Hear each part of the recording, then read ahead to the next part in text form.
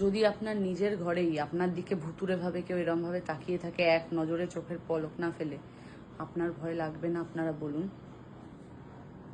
বিগত 30 মিনিট ধরে এরকম অদ্ভুত ভাবে শুয়ে দাঁত বার করে, পায়ে 4টে ঘুঙুর, গলায় হার পরে এরকম ভাবে এক দৃষ্টিতেও তাকিয়ে আছে, দাঁত বার করে। কেন? আমার দিকেই, কোনো অন্য দিকে দেখছেই না। পড়ি এ পড়ি, ও চোখ খুলে ঘুমিয়ে পড়েছে। তো আমাদের যখন পরিবারের সবার মন খারাপ থাকে না, এরা আগে বুঝতে পারে। সুন্দরীও সকালে এসে চুপ করে আমার দিকে তাকিয়ে আছে, কি হয়েছে এরকম একটা ব্যাপার।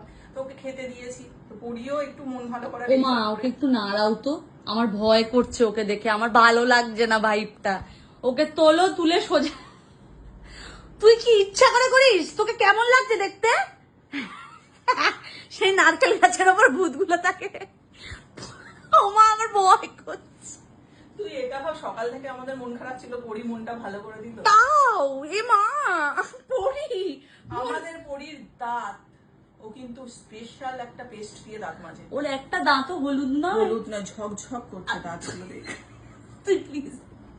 তুই প্লিজ নড়, তুই প্লিজ কিছু কর।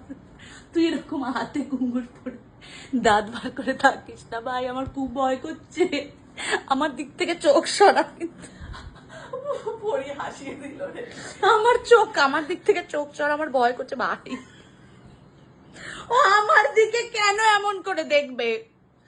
কি ভয়ানক রে ভাই, বিগত 40 মিনিট হয়ে গেছে। দেখে